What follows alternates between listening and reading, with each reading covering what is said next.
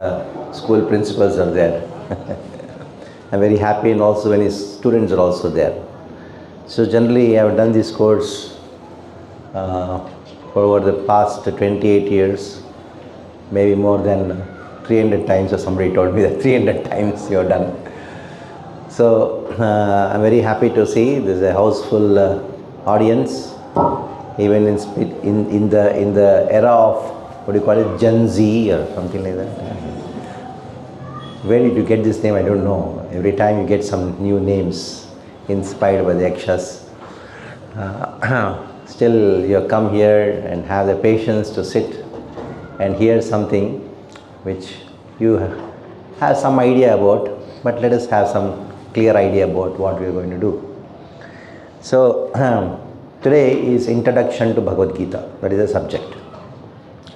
As the journey goes further, tomorrow we are going to discuss on the science of soul.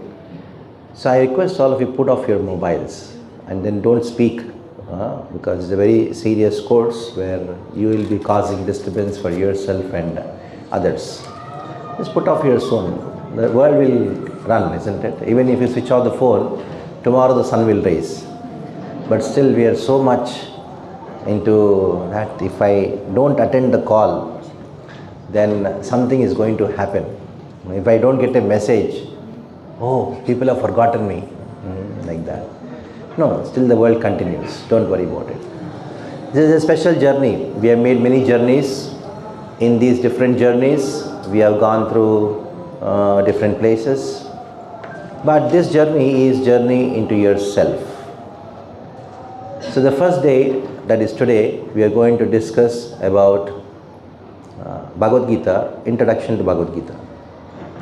The second day, that is tomorrow, we are going to discuss about the science of soul.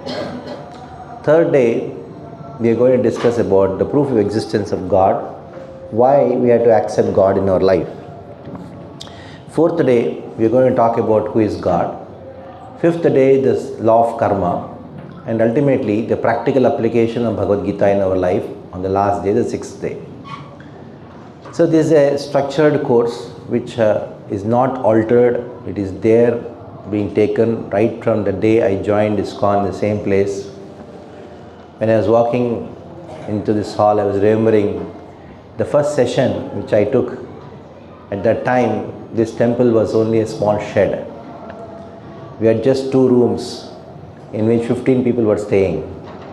And we were in a small hall, and there were about maybe 1 million mosquitoes in the hall. And we are putting all the sprays so that mosquitoes can go away. And 4 people attended that course. 4 were there. So among them was Krishnanandan Prabhu and Bhagavati Mataji. A small room. I hope you remember Mataji that day. No, before that only. 98 or something like that. Yeah, isn't it? Yeah, somewhere. So there were 4 or 5 maximum. And then it was a small room with full of mosquitoes, and that course I had taken. And it is a journey for me also for 28 years in this movement. Many times, many years spent in this temple. And then did many courses in the temple, outside the temple, all the way from National College in Bandra, all the way till Kalyan and so many places. And I'm taking this course in Mumbai, in Mira Road, maybe after many years. So to see such a big number, and a lot of hard work has gone in advertising, publishing this course, and then getting all of it together. So let us take this course as a journey of our life. And many of those who are connected to ISKCON, they attended this course and then they have changed the course of their life. Isn't it? So every time we want to change our life, change the course of their life, and this course is definitely going to change the course of our life towards happiness, towards knowledge, Asatoma Sadgamaya, Tamosoma Jyotirgamaya, Mrityorma Mritangamaya, Om Shanti Shanti Shanti. When you hear a course, the purpose of this course is to change the course of our life. Now the course of our life is not under control. It is just hayway, it is going the way it wants to go, and we don't have any idea what's happening in our life. But this course is going to definitely make a channel where which our course of life will be directed towards achieving a particular goal. Before we start our course, as I've told, every day we're going to chant or sing this Jai Radha Madhav Bhajan. And after that we chant a few shlokas called Mangalacharan. Mangalacharan means the activity which is auspicious for everyone. Mangala means auspicious. And what is the thing which is auspicious for everyone? Which benefits everyone. That is called auspiciousness. Even the most wonderful activity, you may say, there is a medicine which has been invented by very intelligent person. If you take just one pill of that medicine, it is such a pill that you will never fall sick.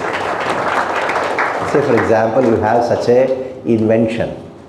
What a wonderful invention, isn't it? That you have one pill, you just take one pill, then you will never ever have to take any other medicine and you will never fall sick. But even such a wonderful invention is not called auspicious. Why? Because it is not beneficial for everyone. Why? What happens to the doctors? If there is a pill invented by taking which you will never ever fall sick, what will happen to the doctors? Tell me. They will say, hey, don't use this pill. Why? Our profession will be stopped. How we are going to earn money, isn't it? So there are so many activities, inventions, things in the activities in this world, but they are not called auspicious. The only auspicious activity is that when you study the Bhagavad Gita, because that is the activity, that is the book which talks to you about life. There are two things about life. One is having an earning for your livelihood and life itself. Unfortunately, we have got confused between livelihood, have a means of livelihood, and life itself. A means of livelihood is not life. There are two distinct things. Unfortunately, when a growing kid, the parent says, oh, I want him to be a doctor, I want him to be an engineer, I want her to be a model, I want her to be a pilot, something like that. But nobody talks about, I want my son, my daughter to be a good person. Have you ever heard this thing? Never. In the Dalmia school, which is next to our compound here, there were the annual functions used to happen in the ground. At that time, the small kids, they used to come on the stage and they were taught, my name is this, I am studying in nursery, this thing. And then they have to say the third sentence, I want to be a doctor, I want to be an engineer. Even the child, the baby, is not even baby, it's like a small kid, doesn't even know what doctor means, what engineer means. What one kid told, I want to be a cosmonaut. Who taught all these things to them? The parents, the teachers. But not even by mistake, no child was taught, I want to be a good person. Even by default. Or it is understood that person will become a good person. How? Without training, nobody becomes a pilot. Nobody becomes an engineer. How can without training you can become a good person, tell me? Impossible.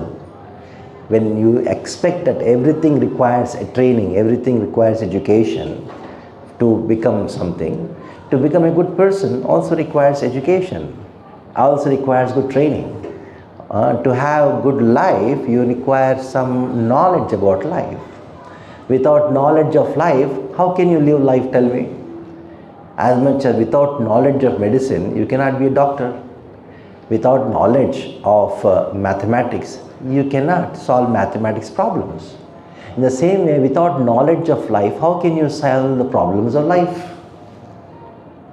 You don't need to be a very big philosopher to understand this simple logic. So Bhagavad Gita talks about life. As I've told, before we actually start our session, we are going to chant few verses called Mangalacharan.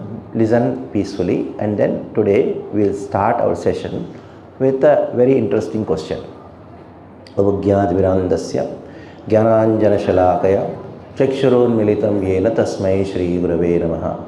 Shri Chaitanya Manovishtam Sthapitam Yena Bhutale Swayam Rupak Kadameham Dadati Swavadantikam Vandeham Shri Guru Shri Utabadakamalam Shri Gurun Vaishnavamscha Shri Rupam Sagrajatam Sagana Raghunathanvitam Tam Sajivam Sadvaitam Savadhutam Parijana Sahitam Krishna Chaitanya Devam Shri Radha Krishna Padan Saganarita Shri Vishakhanvitamscha. He Krishna Karuna Sindho Dinabandho Jagatpate Gopesh Gopika Kanta Radha Kanta Namostute Tattva Kanchana Gaurangi Radhe Vrindavaneshwari Rishabhanu Sute Devi Pranamami Haripriye Vancha Kalpatarubhyascha Kripa Sindhubhya Evacha Patitanam Pavanebhyo Vaishnavebhyo Namo Namaha. Jai Shri Krishna Chaitanya Prabhu Nityananda Shri Advaita Gadadhar Shivasadi Gaura Bhakta Vrinda. Hare Krishna Krishna Krishna Hare Hare Hare Rama Rama Rama Hare Hare Hare Krishna Krishna Krishna Hare Hare Hare Rama Rama Rama Hare Hare Hare Krishna Krishna Hare Hare Hare Rama Rama Rama Hare Hare. So we start our question, start our course with a question. That is, why you have come here? Oh, you think, why? What question you are asking? There were many reasons for which you have come here. This course has been advertisement quite widely in the newspapers, through many social media channels, but still you chose to come and your friend did not choose to come. What is the reason for it? Why you have come here? There may be many reasons for you coming here, but one of the most important reasons for which you have come here is that somewhere deep down in your heart there is a spirit to inquire. I want to know. There is a desire in you that I want to know. I want to know who these Hare Krishnas are. I want to know what is this Bhagavad Gita all about. I want to know that why these Westerners are reading the Bhagavad Gita. I want to know, is there a life after this life? Was I living even 100 years back? What is this karma? What is this that I am such a good person, I have not done anything bad, but still all bad things are happening to me? What is the reason that my friend, she is such a bad person, but still all good things happening to her? What is the reason for it? What is this luck? What is destiny? What is karma? What is soul? Somewhere in your consciousness there is a quality which has triggered a thought in you, I want to know. This spirit to inquire is not an ordinary thing. It is actually qualifying you to be human. It qualifies us to be human beings. The very fact that we can call ourselves as humans is not because we look like humans. It is because we inquire. Athato Brahma Jigyasa.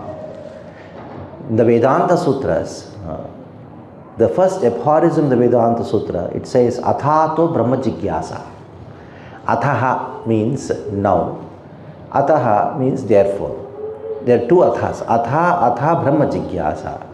Now means you have got 2 legs, not 4 legs. That means you are a human. At least you look like human. Now, since you have got a human form of life, what is the responsibility, what is the prime duty of a human? That is to inquire. After getting human life, if we don't inquire into higher limbs of existence, we are called as Dvipada Pashu. Pashu means animal, Dvipada means two-legged. Because the animals, they also inquire. Their inquiry is restricted to four things. Ahara, Nidra, Bhaya, Metunam cha Samanya Metat Pashabir Naranam Dharmo hi Kuduko Vishesho Dharmena Vihina Pashabir Samana. So this verse is found in the Mahabharata, which says that Ahara means to eat. Nidra means to sleep. Ahar, Nidra, Bhaya, it means to have a security for yourself. Bhaya, fear, to escape from fear. Ahar, Nidra, Bhaya. Metunam cha, family life. These four things are common for both humans and animals. The animals are also eating, you are also eating. The animals are also sleeping, you are also sleeping. The animals are also defending, you are also defending. Like the dogs from the other street come to your street, all the dogs of this street, they start barking. And family life, the animals also have family life, you also have family life. What is the difference? What is the distinction between these two? The distinction is in just one thing. Dharmo hi eko diko vishesho dharmena vihina pashubir samanaha. Dharma means what? A set of rules you follow being a human. That is called dharma. Now, this is the basic understanding of dharma. When you are driving a car, your car is stuck in a traffic jam.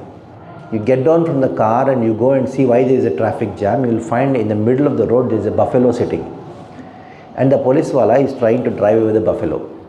Somehow he drove the buffalo out and then will he cut 500 rupees challan to buffalo and say, you have parked your body at the wrong place, so you have to pay 500 rupees.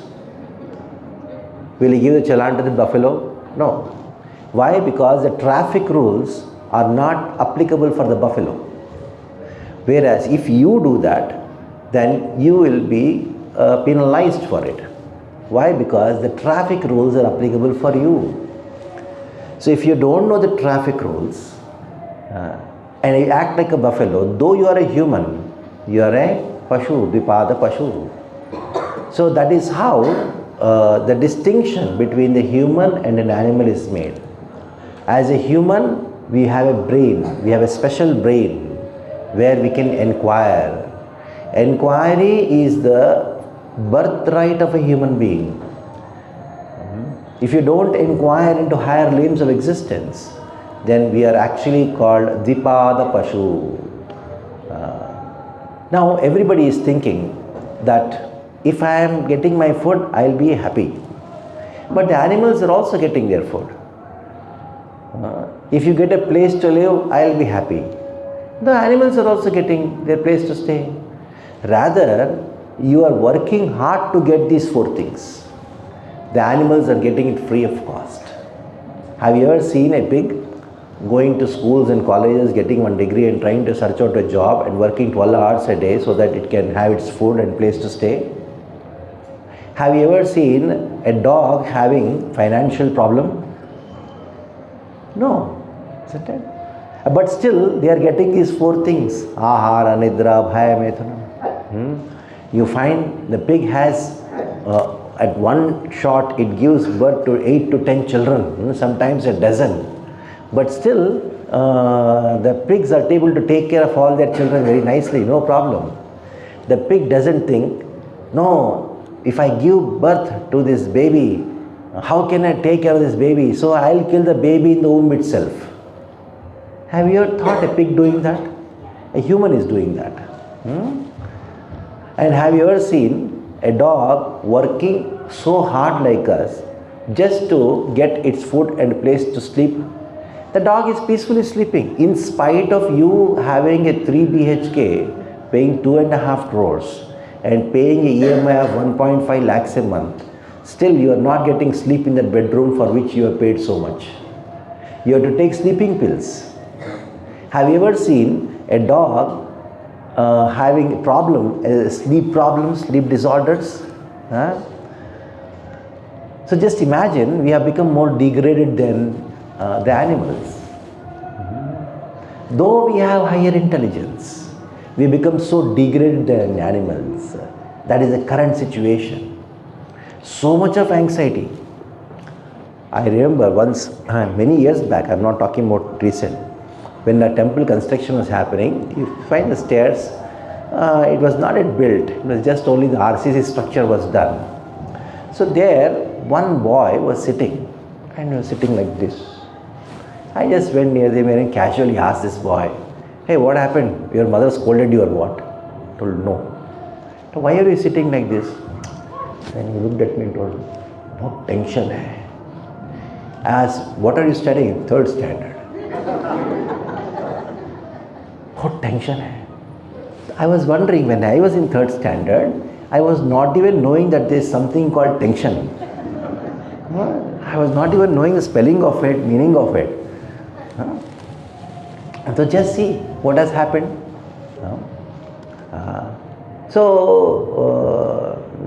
Ahar nidra bhayametunam cha samanyamitat pashubirnaranam dharmo ekodiko vishesho dharmena vihina pashubir samana. Dharmena vihina. If you remove dharma, then we are nothing but pashu. You may say, "No, the dogs are eating on the road, the pigs are eating on the road. I eat nice, wonderful stuff. I cook food and I sit on the dining table. I eat in a sophisticated way. The dogs are sleeping on the road. I have a nice, wonderful bedroom, the Dunlop bed and pillow, and such a nice arrangement, air condition is there. So I have a sophisticated way of sleeping." So just because you have a sophisticated way of eating, just because you have a sophisticated way of sleeping, just because you do these activities in a sophisticated way, that doesn't make you something different from an animal. Maximum we can say that you are a sophisticated animal, that's all. So we have to go beyond these four things. Ahar, nidra, bhayametunam cha, samanyamitat pashubirnaranam, dharmo hi podiko vishesho, dharmena vihina pashubir samana. Now you just said that I have to inquire. What should I inquire? The question is, what should I inquire? There are unlimited subject matters of inquiry. But all the subject matters of inquiry, all the inquiries can be just summarized into two categories. Number one, what is the goal of life? There are thousands and thousands of inquiries which fall into this one category, that is, what is the goal of life? This is the first inquiry we are supposed to do. Why we are supposed to inquire into the goal of life? Because without goal, no activity can be successful. You are driving a car. Now, if you have a goal, then you can drive the car to reach that particular destination. Somebody is driving the car very fast, and you stop that person and ask, "Where are you going?" So, "I don't know." Then what is the use of having the best car? What is the use of having the best car and also driving with great speed? So you are also driving your life with great speed and you have best life, but still you don't know the destination. It is like having Mercedes and you driving at a speed of 140 kilometers an hour, but you don't know where to go, what to speak of, how to go. That is why the goal of life has to be defined. If you are doing business, you should know what is the goal. Any activity requires that you should first define your goal, then only you should do the activity. Otherwise, without goals, there is no question of any activity. So those of you who have done management studies, there is something called goal setting. And then you plan different things, and you have contingency plan, your time sampling, and so many different aspects. If there is no goal for your life, what is the use of your life? Somebody is going and doesn't know where he is going, that means a mad person. Only a mad person goes on the street without having any destination. That is why goal of life is very important.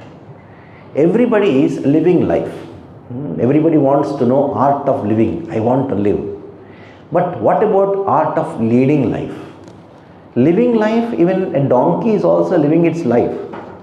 Taravaha kim na jivanti, bastra kim na chashvantyuta, na khadyanti nam nehanti na kim pashave gramopare. The trees are living.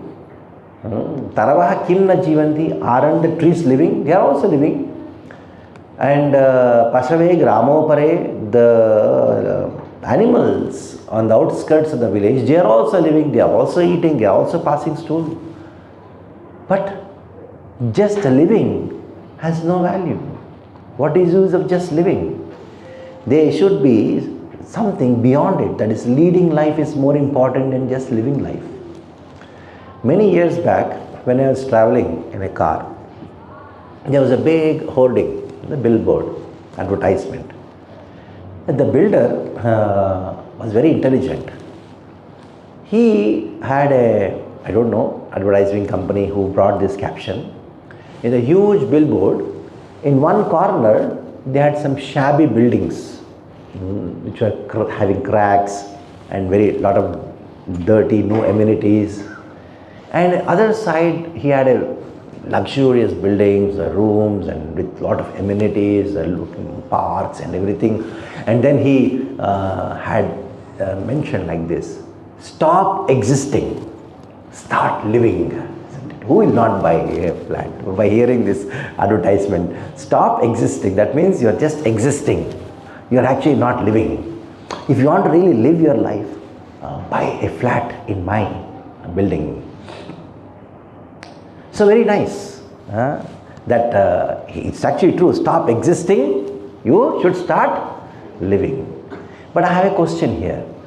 You want to live life, but when you are going to lead your life?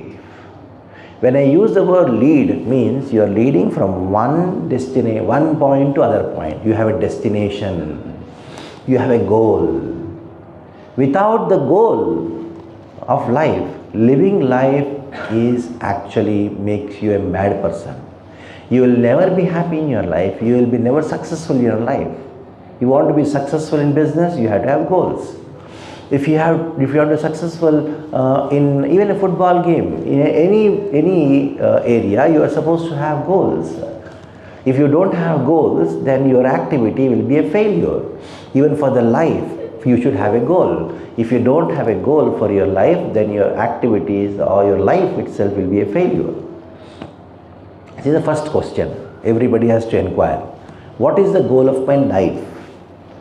Number two, somebody may say that, oh, goal of life and all, who knows all these goals of life and all, too philosophical for it, just live. Today I just want to live, I want to be happy. Why think of goal and all these things? Yes, yeah, let us see. The second question is very dear to our heart. You cannot refuse to ask this question. That is, why am I suffering? In spite of all my endeavors to become happy, why am I suffering?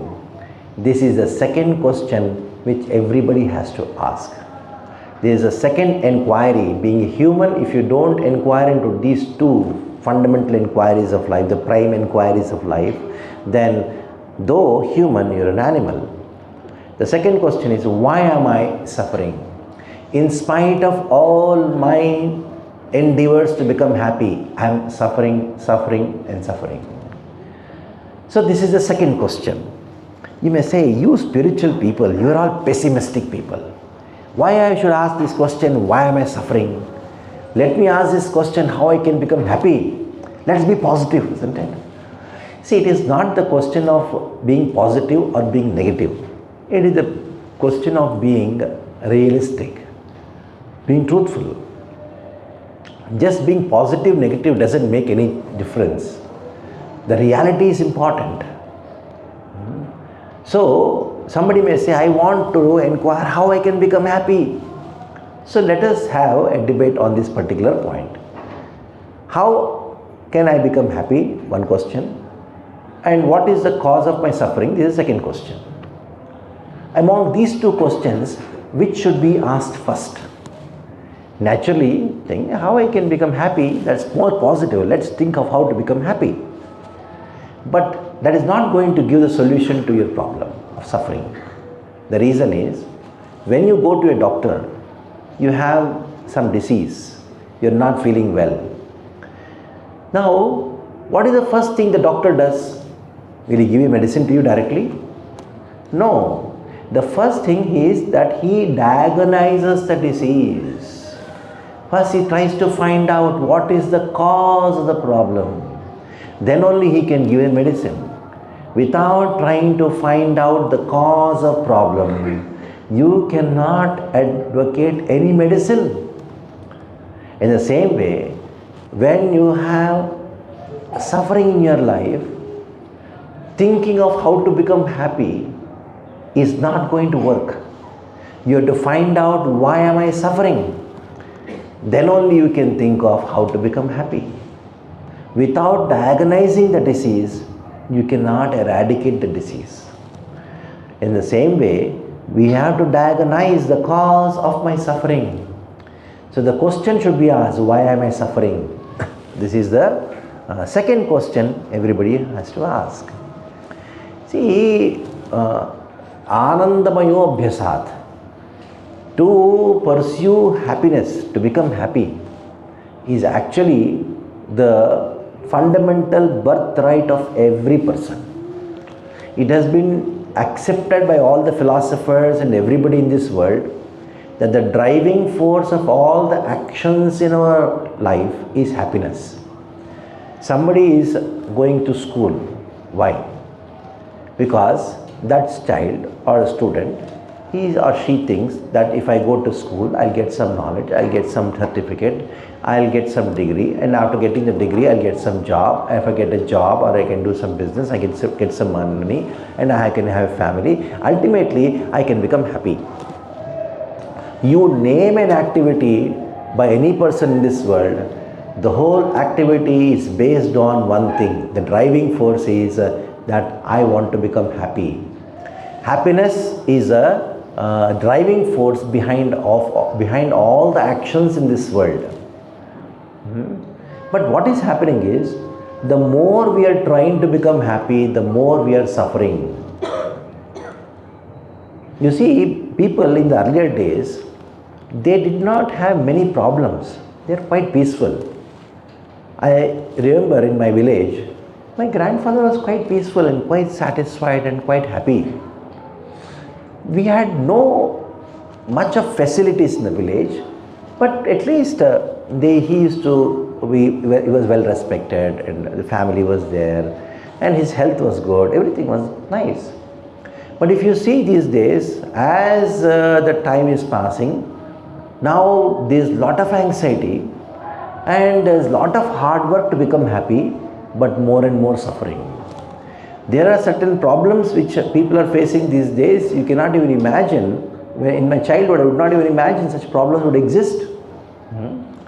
So this shows that the more we are trying to become happy, the more we are actually suffering. And we are always planning. I'm just doing this thing. After this thing, when I get this thing, I'll become happy. Tomorrow I'll become happy. You go and ask a small boy who is going to the school, what are you feeling? He says, just I'm waiting for the time when I'm going to complete this school and go to the college. And tomorrow when I go to college, I'll become happy.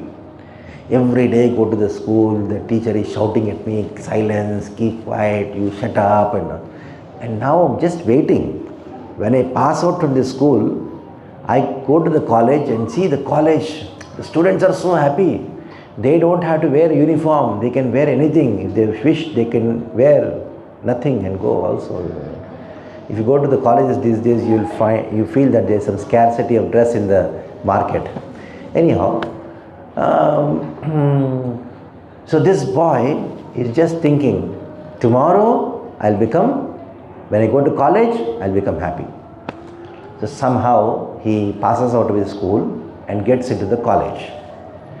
So when he goes to the college, the first day in the college, he's so happy, new friends, and he has got his own dress without any uniform. He can go to the college and he can attend one period and bunk the other period. But school, it is not possible, isn't it? If you go to the school, you have to stay whole day in the school. Only in the school end of the school you have to come out. In the college is not like that. You can go to the movie in between. You can do anything. So somehow a few days in the college, he was so happy, and one day it so happened that he saw his very close friend. He is not with him now. He has a new bike with him, and because he got a new bike, he has got a girlfriend. He starts thinking, yes, see, I am suffering because I don't have money. Tomorrow when I get a job, when I get the money, I'll become happy. So he's just waiting when I'm going to complete this college and I'll become happy. So somehow he gets good percentage and he passes out of the college and he's got a good job too. Such a nice job he has got, and it's quite good company and nice package he has got. He was so happy because 6 months he has this apprenticeship. And he goes on time, comes on time, and he gets the first stipend, and now he's so happy that he purchases whatever he wants, and he gives some gifts to the parents and friends. It's a party, and 6 months get over. And now he got the job and his package is increased, and he's so happy about it, that I am very lucky to get this job. Now what happens is, on the very first day of his job, the boss gives him a lot of work. He does his work. It's now 5 o'clock evening. His office timings are over. He's going back to his home. He is going out of the office, and this boss calls him and says, now these are the furthermore work you have to do. And he says, now it's 5 o'clock, tomorrow I will do. Then the boss says, in our company the rule is that the time of coming in the morning is fixed, but going is not fixed. You have to work because ours is a multinational company. So in a multinational company, you have to work for Indian timing in the morning, and 5 o'clock you have to work for the American timing. Is it so? And he's working and working, 9 o'clock, 10 o'clock, sometimes the whole night. And now he gets one day a week to take some rest. Now he was thinking when he was in school, tomorrow when I go to college I'll become happy. In college he was thinking when I get a job I'll become happy. Now he got a job. Now he is thinking some problem is there in my life now. I have money, but nobody to love me. The same mother, when I was in school, I had slight fever and cold. She would say, no beta, take rest, don't go to school today. Now the same mother is telling, when I have running fever, beta, if you don't go to office, who is going to earn? And all of a sudden, when I had no money, everybody was giving money to me, giving some gifts to me. The moment I started earning money, everybody is expecting from me. The same people whom I thought they love me, they are all expecting from me. Beta, mere liye kara do, mere liye kara do. Nobody is thinking about me. It is good. I was a small kid and I used to demand things and I used to get. Now, actually nobody loves me, nobody is bothered about me. Everybody is expecting from me. Then he starts thinking, tomorrow when I get married and get the love of my life, I'll become happy. School, what was he thinking? Tomorrow when I go to college, I'll be happy. In college, what was he thinking? When I get a job, I'll become happy. When he got a job, what is he thinking? When I get married, I'll become happy. So he tried out one or two, failed. Ultimately landed with one person and got married with great expectations, of course. I don't know, when we were kids in school, we had one English novel in our syllabus called Great Expectations. There's one person called Pip, who was always pipped. Anyhow, so with great expectations, this boy he gets married, and then he finds there's a change in his life. What was the change? Let us see. Very interesting change. When he was in school, he had a hope that tomorrow when I go to college, I'll become happy. When he was in college, he had a hope. What was the hope? When I get a job, I'll become happy. When he was in job, he was earning money, he was working and earning money. He had a hope that when I get married, I'll become happy. When he got married, he lost the hope.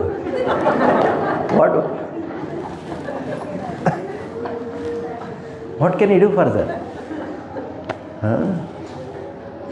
So this is how we are all at every step. Kal hum honge kamyab ek din pura hai vishwas.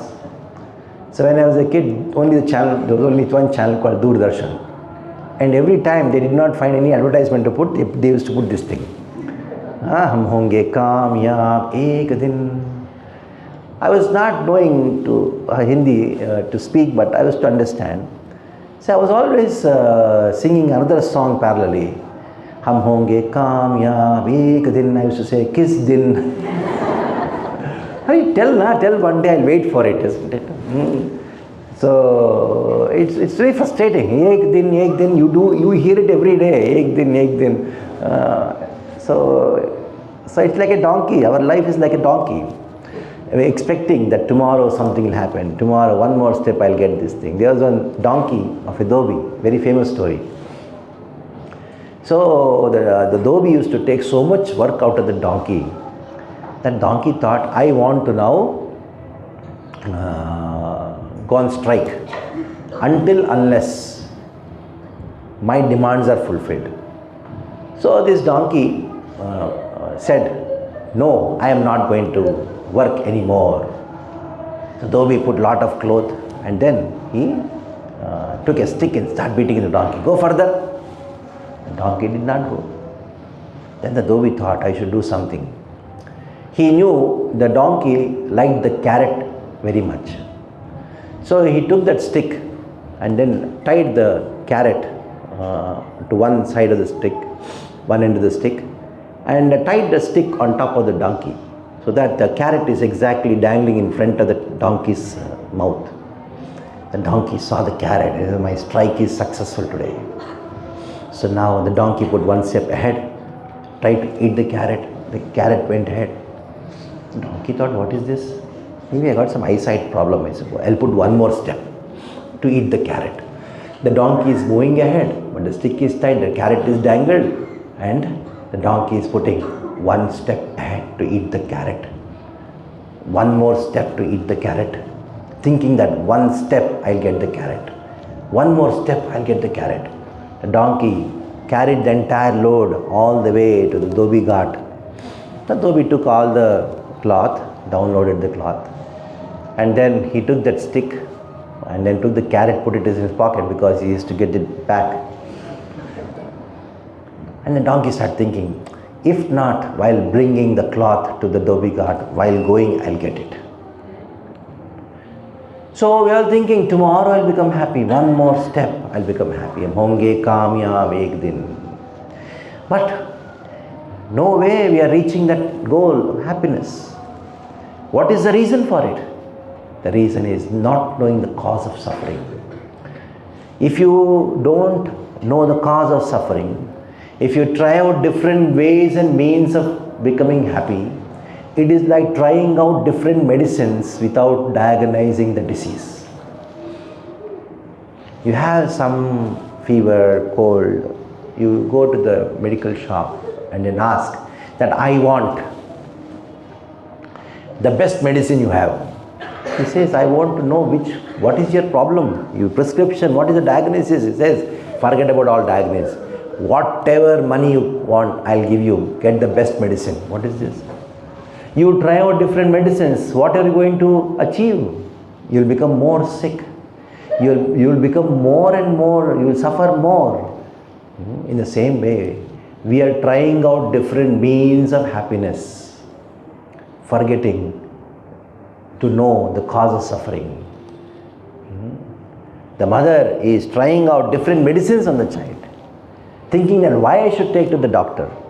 I love my child the best, so I am going to give the best of the medicine, and she is giving the most expensive medicines to the kid without knowing the problem, without diagnosing it. So we are trying out different means of happiness. Somebody is going to a movie, somebody is going to a club, somebody is trying to go to the picnic spot, and somebody is going to a hotel, a restaurant, eat that, see that. We tried out so many things. That sport, we'll see that, we'll buy this thing, we'll wear this kind of dress, we'll purchase this kind of mobile, no, we'll purchase this kind of car. We're trying out different means to become happy without knowing the cause of our suffering.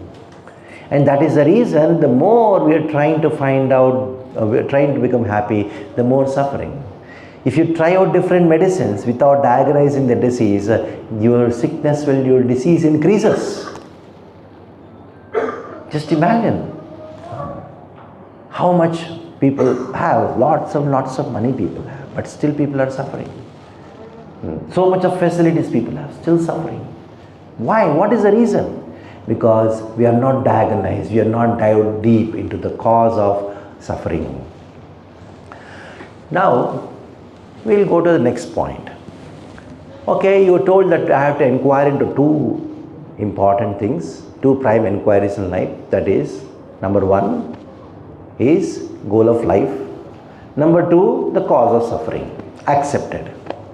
But where should I inquire from? This is the crucial subject matter for us. There is something called epistemology, means the theory of knowledge. Where do we get knowledge from? When I inquire, where should I inquire so that I can get the information, I can get the knowledge? Like if you want to inquire about education, then you have to go to the particular website where education talks about education. If you want to inquire about what is your electricity bill, you have to go to the electrical department and inquire. You cannot inquire from the water department. The same way, there should be the source of knowledge, perfect source of knowledge. What is the source of knowledge? Generally, there are three sources of knowledge. Technically, they are known as pramanas. Number one is known as pratyaksha pramana. Pratyaksha means the knowledge gained by our senses. I see and I get some knowledge. I hear, I get some knowledge. By touch, I get some knowledge. By smell, I get some knowledge. That means I use my senses, the knowledge gaining senses, to get some knowledge. But the problem with this pratyaksha pramana is that there are four defects in the senses. The first defect is imperfect senses. The ears are not perfect. There are so many sound vibrations which cannot be heard by the human ear. We can only hear the sounds which have frequency between 20 to 20,000 hertz. We have studied in our science textbook. The dogs can hear up to 50,000 hertz of frequency. The dogs can hear, but humans cannot hear. That means though you have an ear, you can only hear certain things. There are certain sounds which cannot be heard by you. There is one whistle called dog whistle. If you blow, you cannot hear, but all the dogs will start barking because they are able to hear, because this whistle produces a frequency, the sound frequency of more than 20,000 hertz. That means our senses are imperfect. So by the imperfect senses, we are going to get imperfect knowledge. The second problem with the senses is, it is subject to illusion. You take a glass, and put water and put a spoon in it. The spoon looks bent. You may have theory of refraction and all these things, but ultimately you look through your eyes, it looks bent. What does that mean? It means that your eyes are subject to illusion. So the knowledge what we gain is actually not perfect because our senses are subject to illusion. Now the third defect which every human has, all our senses have, is to cheat. There is cheating everywhere. You go to buy sabji, the sabji wala cheats you either in the weight or in the quality or in the quantity. Right from the sabji wala all the way to the greatest of the so-called scientists, they are all cheating. Propensity is there. To give you an example, there is one theory called Darwin's theory. Till now there is no proof for it. There is no proof. If there is no proof, how can it be called a science? And is taught as a science. It can be taught as a fiction or as a science fiction, you may say. But till date, nobody has proved it. It is still a theory. It is not proved. But still, we teach as science. Not one, two, so many examples can be given that there is cheating propensity at every level, political level. Like for example, you may say IT, information technology, biggest cheating industry. You are there in front of the idiot box, TV. Of course, now you have TV, mobiles also everywhere. Earlier, people used to call it as an idiot box, the TV. I was wondering why you are calling TV as an idiot box. What harm that TV has done for you? Actually, it should be idiot's box, isn't it? It is not idiot box. It is idiot's box. Anyhow, once I had been to somebody's house and a young girl in the house, she was watching TV, and I was waiting for her father to come to meet me. Casually, I just asked her, in the TV, what is the best program you like? Then she told, I just wait for those ads. I don't know what do you mean by ads? Advertisements. Then I asked her, what do you mean by advertisement? Why do you like it so much? So I like to watch the advertisement. Very, very unique, very nice. These serials are so boring. I wait for the advertisement. Then I asked her, what do you mean by advertisement? What it does to you? Do you know? She was surprised when I spoke. I told, you're very peaceful and happy and satisfied. All of a sudden you switch on the TV. And there in the TV it comes. Naya mobile. You have it. Don't have this thing. New features. You don't have. Life is waste. Then you think, yes, my life is waste. Let me purchase it. That is called cheating. Trying to sell you something which you don't require. The biggest cheating industry. You just have to use this shampoo. If you use this shampoo, you'll have hair like this. And just after a year, you don't require it only. Because hair should be there, then you can use the shampoo. This is called cheating. Biggest cheating industry, and you call it information technology, IT. The cheating technology. You sit at home, nice AC room, and then you are made very happy, and then sold. They sell you something which you don't require. We lived without so many things very happily, and now they say that if you don't buy this, if you don't have this, then your life is useless, you are nonsense. You have to buy this. And the kind of advertisements in the childhood, I used to always wonder. They used to say, neighbors envy, owner's pride. So you buy this, your neighbor will be envious of you. Just imagine. Do you want an envious neighbor? And now it's openly saying that you make your neighbor envy. You let him envy you. So when he becomes envious of you, he'll purchase a bigger TV than you. Then you will become envious of him. In this way, we want to create a society of envious people. And you call it advertisement. one devotee, one person who was working in Unilever, the top level. I was just talking to him. He said, our whole meetings in the board and the higher level of our company, there is only one discussion: how to make people use more shampoo and more soap, more cosmetics. What we supposed to do? That whole thing is only just that, so that they buy and buy and buy.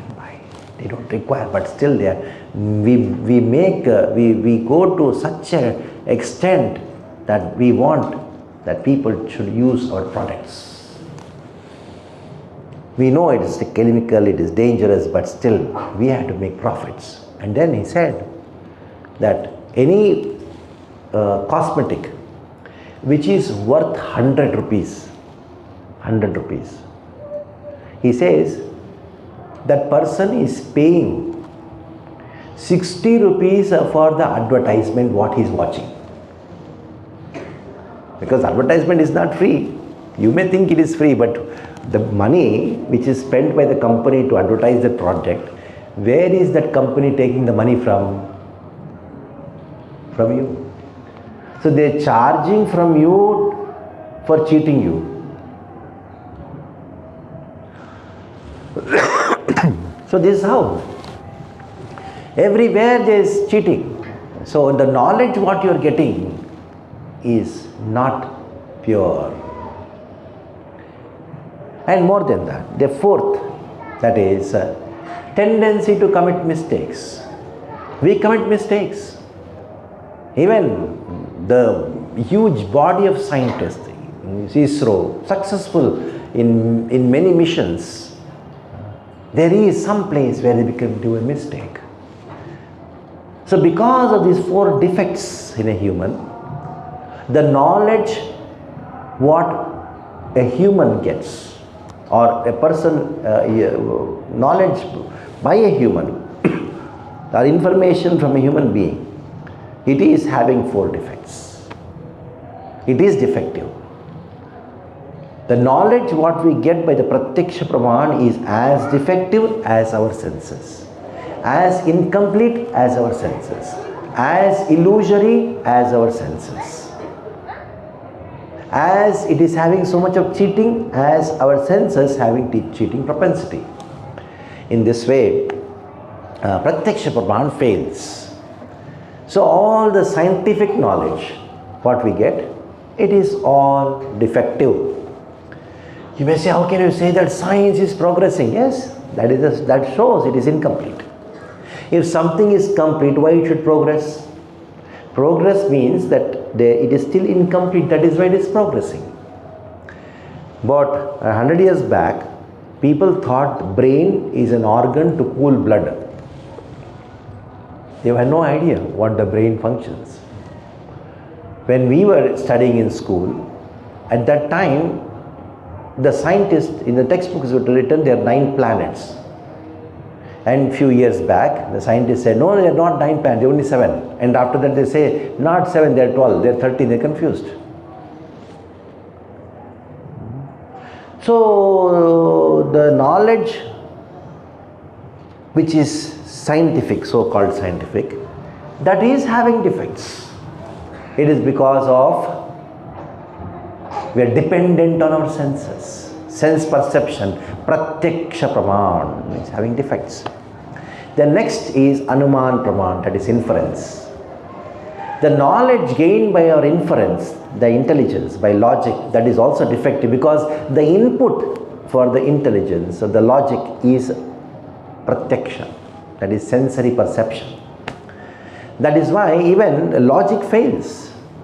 You may refine the defects in the Pratyaksha by Anumana, but ultimately you cannot completely eradicate all the defects. That is why we are left with only one option to get perfect knowledge. That one option is Shabda Praman, which is known as Veda. The Vedas give the perfect knowledge to us. The science has proved many things in the Vedic literatures to be true, but till now they have not proved even a single thing to be wrong. They have not found a single defect in the Veda. They may say we don't accept it. Many times it so happens that we say I don't accept all these things. So to accept or to reject, you should know what these things are. Once I was delivering a lecture in one of the colleges. After the college, then I was speaking to one boy. I said, Bhagavad Gita is there. It's a perfect knowledge in this Bhagavad Gita. Then he gave the Gita back to me and told, show me one truth in this. Then I told, okay. There is one sentence in the Bhagavad Gita which says, Krishna says, Jatasya dhruva mrityur. For a person who is born, death is certain. Okay, you tell me one thing wrong in this. One boy told me, no, I don't accept anything blindly. That is why I am telling you, read it and then you reject it. As much as accepting something blindly is a crime, rejecting something blindly is also a crime. One boy told me, I don't accept all these things blindly. That is why I am telling you should read. Without reading the Bhagavad Gita, without undergoing a course on Bhagavad Gita, how can you reject it? So, if you are rejecting something blindly, it is a crime as much as accepting something blindly is a crime. When you say, I don't accept anything blindly, yes, you should not accept anything blindly and you should not reject anything blindly too. So, the Vedic scriptures is the perfect source of knowledge. The Vedic scriptures say, cow dung is pure. We know in our villages, we take the cow dung, we use it for cleaning, and and now the modern science, it proves that the cow dung has got many antiseptic qualities. Yeah, it is proved. When 5,000 years back the Bhagavatam was written, when the Vedic literatures were put into written format, at that time there was no chemical laboratory. How could a person say? How could in the Vedic literature it is written? We know very well there is a word in Hindi or Sanskrit, no, Bhugola, Bhaugolik Jnana. And Veda talks about Bhugola, earth being round in shape. Now, who gets the credit? Somebody, some scientist who appeared about a couple of 100 years back, he says, oh, he proved earth is round in shape. Now, 5,000 years back, our Vedic literatures, all these things are found. Vedic mathematics. Not one, two. You can give hundreds and hundreds of proofs that how the science in the Vedas are more advanced than the modern science. Actually, the science in the Vedic literatures, they are actually science because they are given by God Himself who created this world. Who knows about this world and the creator of the world? You purchase any machine.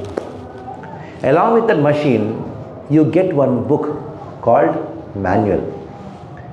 Without reading that manual, if you operate that machine, what will happen to that machine? You will spoil that machine. In the same way, when God created this world, He gave a manual called Veda.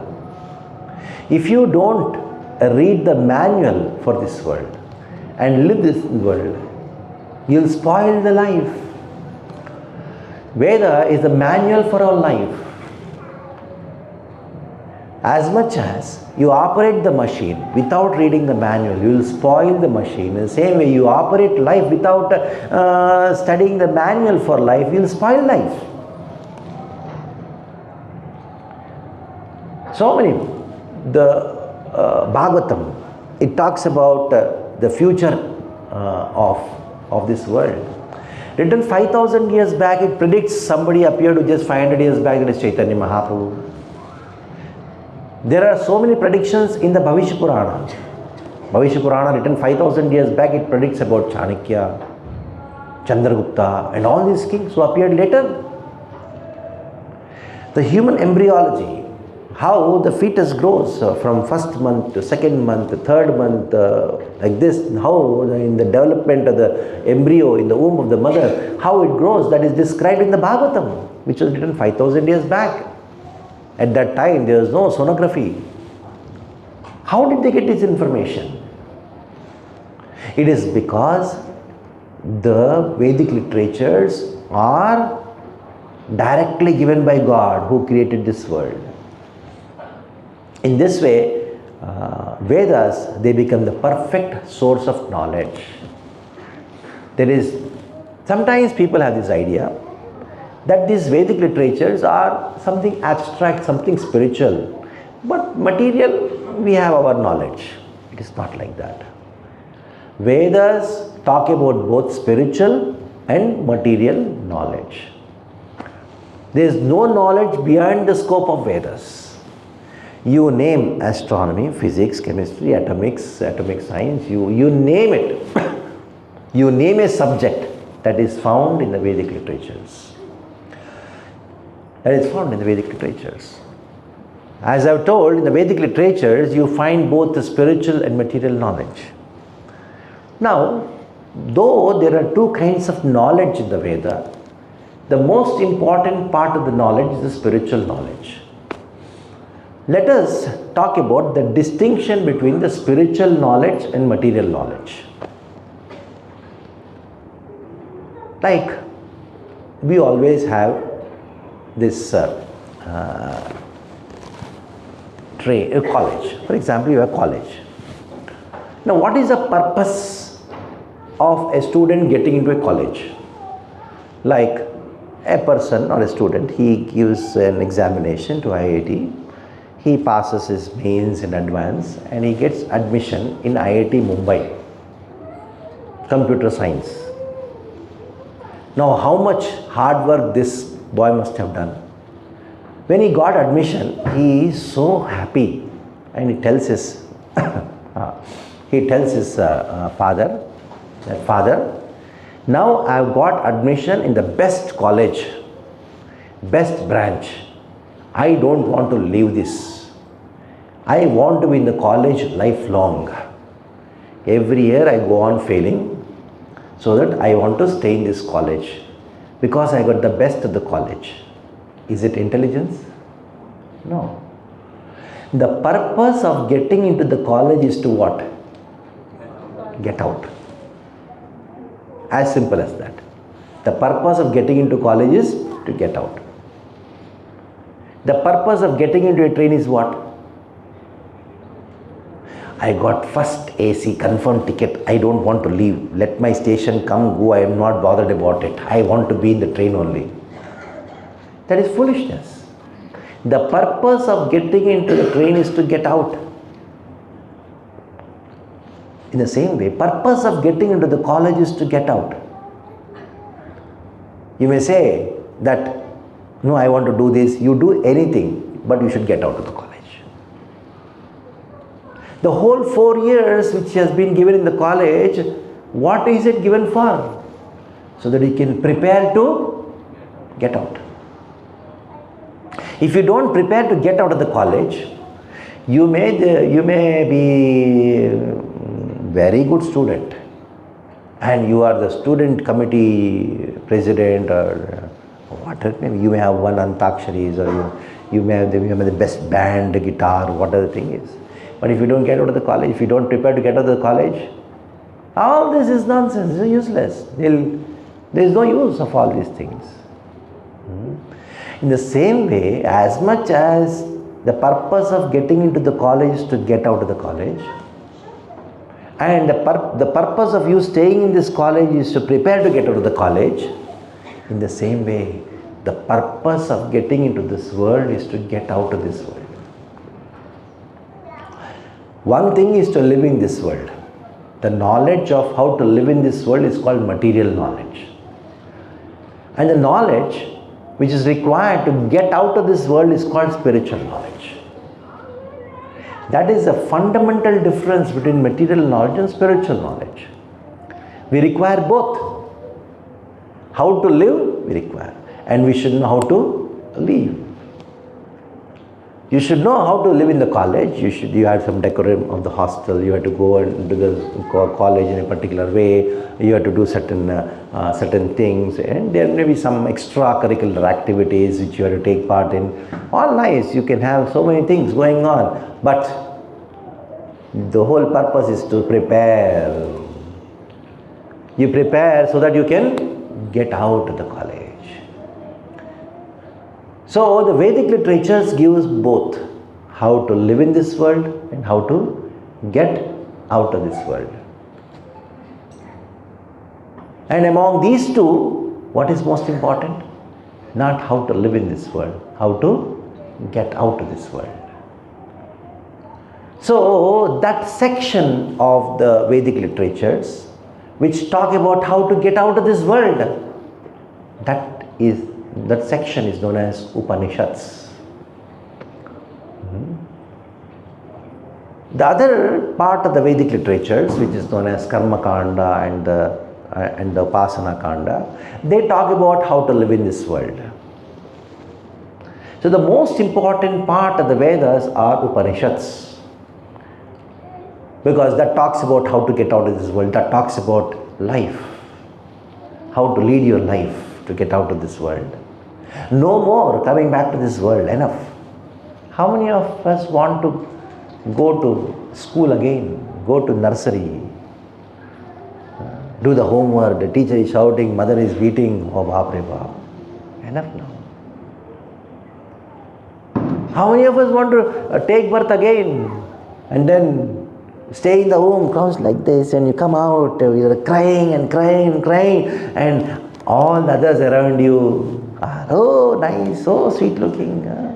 Just see how you are introduced to this world. You are crying and everybody is laughing. And they are saying, iska naak us pe gaya, iska kaan us pe gaya. He is crying, he is howling and everything. Crazy. What a crazy world. And by chance, you take birth, you come out of the mother's womb, if you don't cry, then the nurse will beat hard and till you cry, because, isn't it? It is known to us. If the baby is not crying, means he is not able to breathe. For the baby to breathe, you have to inject some pain. They beat the baby so that then starts breathing. So, this is a crazy world you are introduced to, and we don't want to come back to this world again. If you don't prepare for your examination, you are preparing to fail. So, the whole purpose of a human life is to get out of this world. And that knowledge is there in the Upanishads. So, the Vedic literatures, even if you want to read all of them, it is impossible, because they are not available. Only 6% of the Vedic literatures are available. Only 6%. Just imagine how many Vedic literatures were burnt when the Mughals, they were attacked. They attacked this land. They burnt the universities. For 6 months, the universities libraries were burning. Nalanda, Takshashila, universities were burning. In Mathura, outskirts of Mathura, the Mughal army, for months together, they were cooking their meat. What was the fire? Wood, which they used. Vedic literatures were used. Just imagine. So much of knowledge has been lost. But still, 6% in that, the most important part of the Veda, that is the Upanishads, they are existing. Now,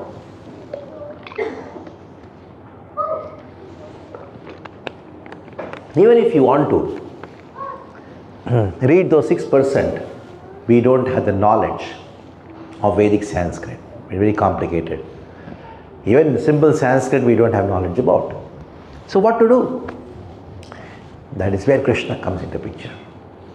Krishna, he came and he took the most important part of the Veda, that is Upanishads, and then they took the essence of the Upanishads and gave us one book called Bhagavad Gita. So this Bhagavad Gita is the essence of all the Upanishads. Sarvopanishado gavo dogda gopal nandana partho vatsa sudit bhokta dugdam gitamritam mahat. So the entire Upanishads are compared to a cow. The essence of the cow is the milk. So the essence of all the Upanishads is there in one book called Bhagavad Gita. Partho Vatsaha. Who is that calf who drank the milk first? That is Partha, Arjuna. He drank the Bhagavad Gita, which is the essence of all Upanishads. That is why if you read the Bhagavad Gita, then you have read all the Upanishads, which is the most important part of the Veda. Kimanne Shastre Vistarehi. What is the use of any other book if you have Bhagavad Gita with you? Because Swayam Padmana Mukhod Girnam. Because Krishna personally has spoken this Bhagavad Gita. He took all the Upanishads essence, he gave is in the form of Bhagavad Gita. Now, how to study the Bhagavad Gita? Just talk about this simple thing and then we'll end for today with a question answer session. Bhagavad Gita has been perceived by different people in different ways. Like a civil engineer, when he sees a huge temple, if you go to South India, say for example Madurai temple, you see a big temple, oh, how 1,000 years they've been there and I built a bridge, last day it collapsed. Oh, what is the technology which has been used? So he is seeing the temple, but still not seeing the temple. Architect, he sees, oh, there is a chain made up of granite stone. How is it possible? Oh, what a beautiful architecture. Now a beggar, he sees, oh, nice place, I can sit here. Many religious people come, they give some charity to me. Somebody is traveling for long distance, walking, he's tired. Okay, nice big temple, let me take rest. But a devotee, when he comes to the temple, he goes inside and worships the deity. Though many people saw the same temple, but who really saw the temple is a devotee. The same way, Bhagavad Gita, many saw it as a book of Sanskrit literature. Somebody saw this book. Once I had been to, they called me to give a lecture in National College, Bandra. So I was made to stand, about to give the lecture. One student, she told me, Swamiji, I want to introduce you. So she started introducing me. Then I'm about to speak. Swamiji, can I introduce the topic? What you're going to speak about? They told, okay. She spoke about the topic for 15 minutes as an introduction. And I was just hearing her whole thing. And then at the end she told, I don't want to take much time of all of yours. I would given only 40 minutes to speak, out of which 20 minutes she took. At the end, she told, now we are so fortunate. Who else can be a better person than Swamiji to speak about Bhagavad Gita and management? So the topic was Bhagavad Gita and management. Then she told, the best book on management is Bhagavad Gita. I was thinking, then okay, at least. So the people think, yeah, it is true, the Bhagavad Gita is the best book of management, but that doesn't mean that Bhagavad Gita, what is there in Bhagavad Gita is only management and nothing else. So, though Bhagavad Gita has been perceived by somebody as a book of management, book of history, but actually it's a book of devotion. That is why Krishna tells Arjuna, my dear Arjuna, I am telling this science to you because you are my devotee and you are my friend. So only a devotee of Krishna can understand Bhagavad Gita, because Krishna told Arjuna that I am telling this science to you not because you are a great king, you are learned, you know Sanskrit. No. To understand Bhagavad Gita, you need to be a devotee of Krishna, as simple as that. Bhaktosi me saka chaitirhasyam hetaduttamam. So by becoming a devotee of Krishna, you understand Bhagavad Gita. So there are so many commentaries on Bhagavad Gita, but most of them, on the name of Bhagavad Gita, they have given their own commentaries. They have not understood the heart of Krishna. Because they have said that you don't have to worship Krishna, you just have to hear Bhagavad Gita. Reject Krishna, accept Bhagavad Gita. So you have to reject those Bhagavad Gita commentaries. You cannot reject Krishna and then say, I want Bhagavad Gita but not Krishna.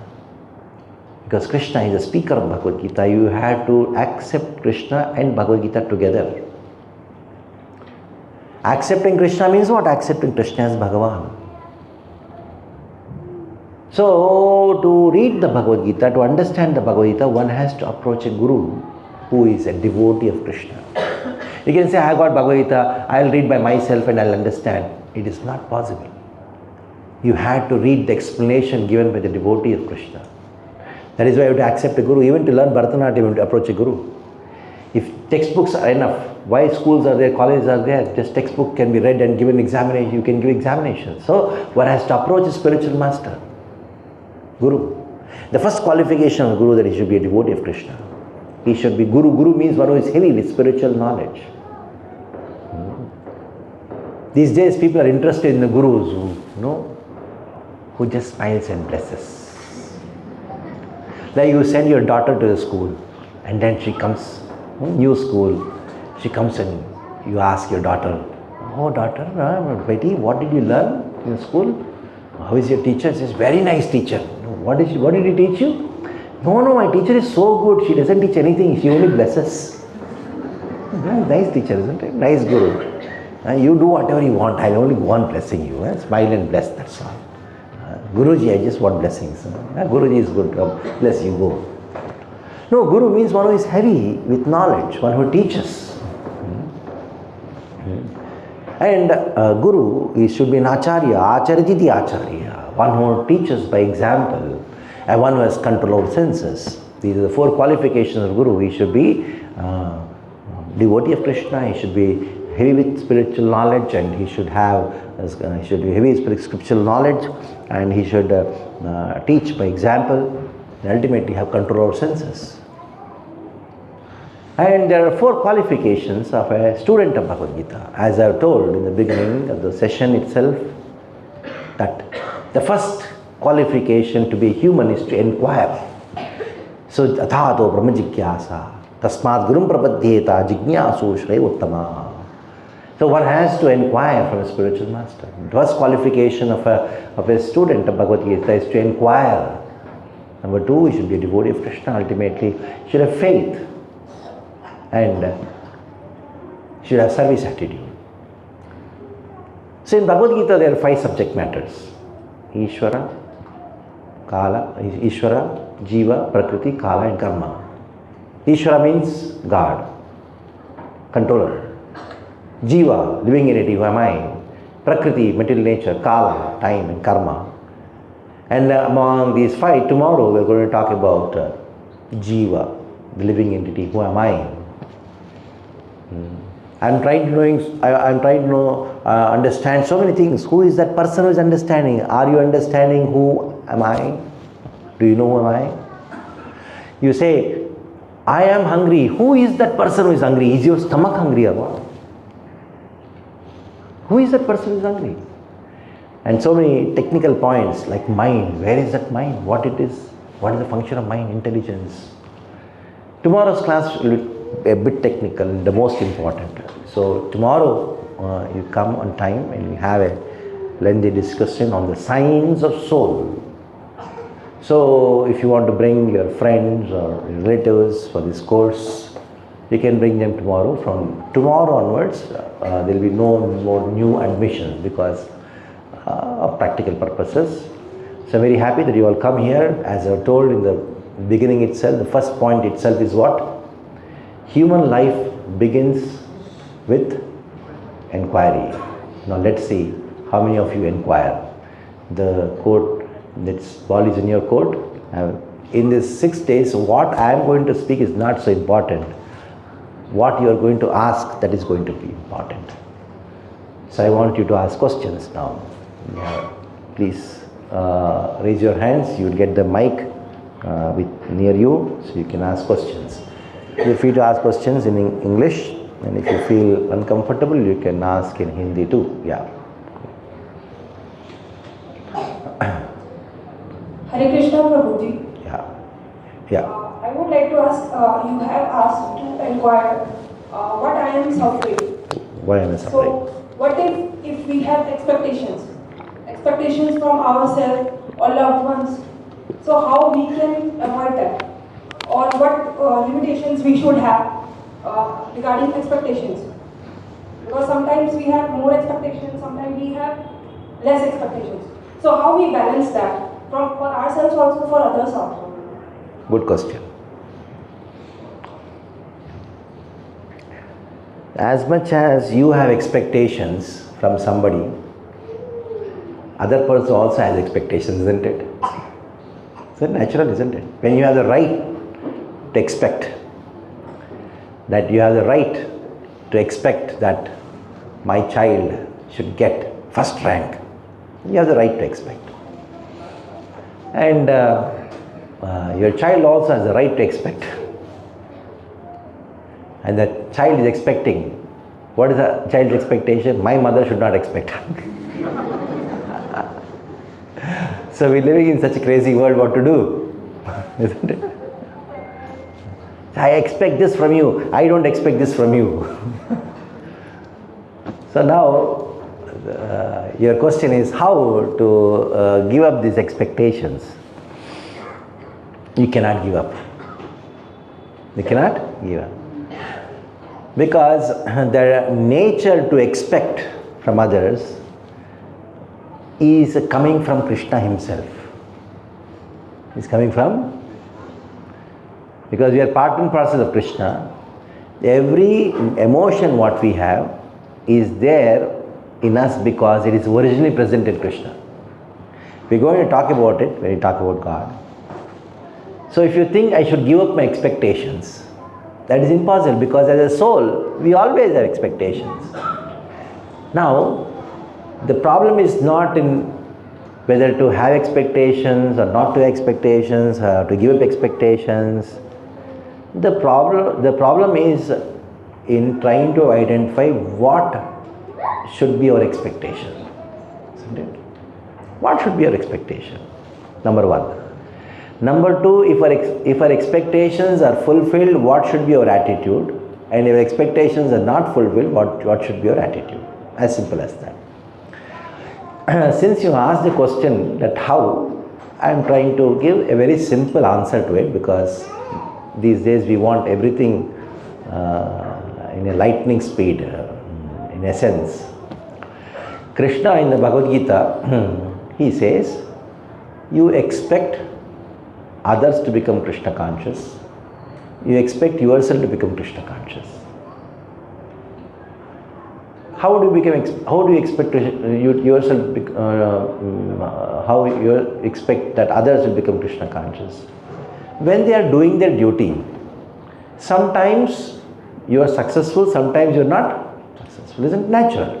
It is not every time you are successful, or somebody else. When success comes, you should know it is by the blessing of Krishna you become successful, so that you will not become egoistic about it. Ahankara should not come. When it is a failure, then also you should think it is because of the same Krishna you became failure. Hey, why Krishna made me failure? It is because he wants to be more perfect. Every failure makes us more perfect. There is some saying. What is it saying? Failures are the stepping stone for success. So if everybody is successful everywhere, then where is the question of any karma? Where is the question of this world? So, karmanyeva adhikaraste ma phaleshu kadachana. This verse will be discussed on the 6th day, but keep it for that particular time. So naturally, don't give up expectations. Try to find out what is the right expectation. Number one. Number two, when somebody is living up to your expectation, when things happen according to your expectations, then what should be the attitude? When things don't happen according to your expectation, what should be your attitude? As simple as that. Okay, next question. Hare Krishna, Babuji. So my question is that since we are living in this materialistic world, Yeah. so how should we keep a balance between our spiritual gains and materialistic desires? Because we have many desires that we wish to fulfill. So how do we keep a spiritual sense while also fulfilling those materialistic desires?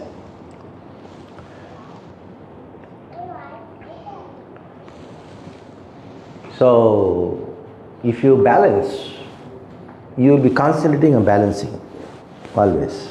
You will be always in anxiety. Don't balance. You should harmonize. Harmonize means my material goals and material life should be in line with my spiritual goals. Should be in line. Balance means there is contradiction. Don't have contradiction. Take these two in one line. Now, Arjuna, do you think you have more desire than Arjuna? Arjuna, what was he working for? To win a kingdom, isn't it? You have a desire to win a kingdom, isn't it? But Arjuna was spiritual or material? Spiritual, no? He understood the Bhagavad Gita. So he learned the art of having proper consciousness behind my activity. Got it? So the problem is not in the work, the consciousness. That is why Krishna says in the Bhagavad Gita, Mam anusmara yuddhacha. You fight, Arjuna, while thinking of me. Isn't it? For Arjuna, it was taking an arrow, putting on the bow and then shooting. That was his work. For a housewife, it may be cooking, isn't it? Before Arjuna heard the Bhagavad Gita, from the hand of Arjuna was holding a bow. The bow slipped from his hand. For Arjuna, it is the bow. For a student who is writing an exam, it is pen. Now, after hearing the Bhagavad Gita, what happened? The same Arjuna who visujya sasharam chapam swakasambhigna manasai, he gave up his bow. It was lying on the ground. Shara, that is the arrows, he let it on the ground, and then he was ashtrapurna kulekshanam. His eyes were filled with tears, crying. He said, Naivatsya, I am not going to fight. The same Arjuna, after hearing Bhagavad Gita, what did he say? Karishye vachanam tava. Now, without spiritual knowledge, Bhagavad Gita, Arjuna was not willing to accomplish his responsibilities, material responsibilities. But when he heard the Bhagavad Gita, he could accomplish the material responsibilities too. Though spiritual life and material life are there, but don't try to balance. If you balance means your attitude is that these two are different. Instead of balancing, harmonize. Okay, more questions. Hare Krishna, Prabhuji. Yeah.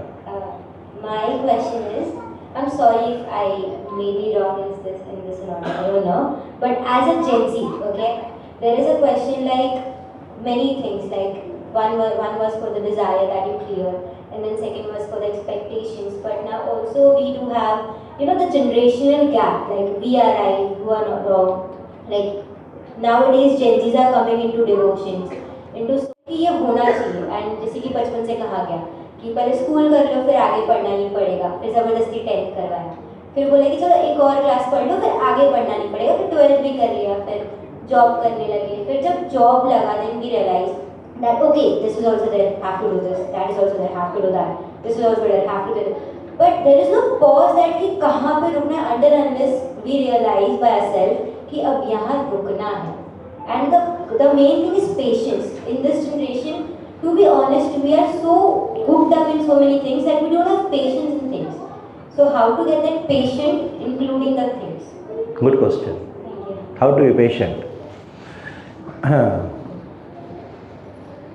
Now you inquired about how to be patient. Now I'll ask you a question. Where will you get the answer from? Based on today's class. From the Bhagavad Gita, isn't it? Whatever I am going to speak, it is from the Bhagavad Gita itself. Because all the questions have its answers in Bhagavad Gita. Right? When you are fixed up in goal, no matter how many difficulties you get, you will not give up, isn't it? Patience means when some opposition is there, when difficulties are there, you give up. That is called patience. Why you are giving up? Because you are not fixed up in your goal. This is the first practical instruction which Krishna gives to Arjuna, that you have to be patient or tolerant. Matra sparshastu kaunteya sitoshta sukhadukkada agamapayamatya sthantitikshas bharata.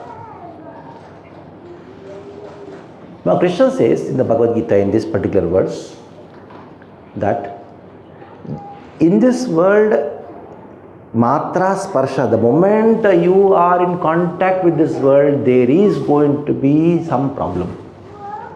You cannot avoid it. First understand, you cannot avoid, you have to face it.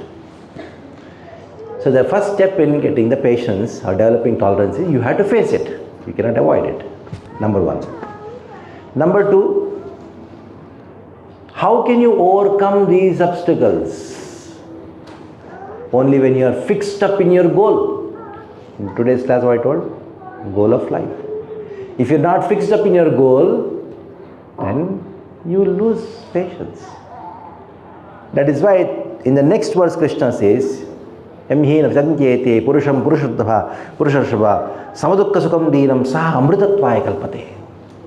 Only a person who is patient or tolerant, he can be happy. If you want to suffer, then give up your quality called tolerance. Sometimes people say that, how long I can tolerate? How much should I tolerate? Till you achieve Amritatva. Amritatva means the bliss in Krishna consciousness. Till you achieve that, there is no way. The whole life, the only one thing you have to do is tolerate. The greatness of a person is measured by his ability or her ability to tolerate provoking circumstances. That's all. There is no other way. If you are fixed up in your goal that I want to achieve this Amritatva, means birthlessness, deathlessness, the spiritual world, the kingdom of Krishna where everything is blissful. For that resilience and tolerance is the test. And that is, as you go into higher and higher classes or grades, the test is, the question paper becomes more difficult. In the same way, when you are in your life, as you grow, the test or the troubles which they come, the difficulties which they come, they increase. They increase. If you are expecting easy life, then suffer. Okay. Last question.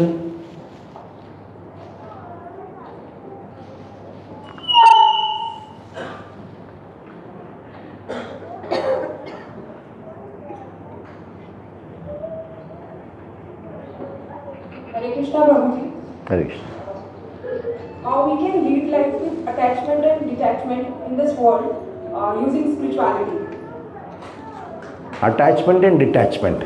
Very good question. Like you are attached to your child, isn't it? Huh? Now, if you use your attachment to your child and your child's attachment for you to make your child read Bhagavad Gita, that is spiritual. If you use your attachment and your child's attachment for you to read Tom and Jerry or something like that, that is material. As simple as that. If you are really attached to your child, you should teach the slokas of Bhagavad Gita. And that is how you make your attachment spiritual. Now the child is not learning, then you say, if you don't learn Bhagavad Gita, I am very upset. Then he says, no, I'll learn. You are using your child's attachment to you to make the child learn Bhagavad Gita. So this I call it as emotional blackmail. Everybody has attachments. So use it for study of Bhagavad Gita, for serving Krishna, to become Krishna conscious. Okay, there is no questions based on today's class. Everybody accept Veda as absolute source of knowledge. Okay, perfect. I am happy about it. Yes. Hare Krishna. Very thank you, Maharaj, for this wonderful session. It actually reminded me of a very beautiful verse from Srimad Bhagavatam, which describes the nature of spiritual knowledge. It is said that Jnanam yada pratinekrita gunormi chakram atma prasada udayatra guneshva sangaha kaivalya sammata padasvata bhakti yogaha ko nirvrito harikata suratam na kuryat. It is said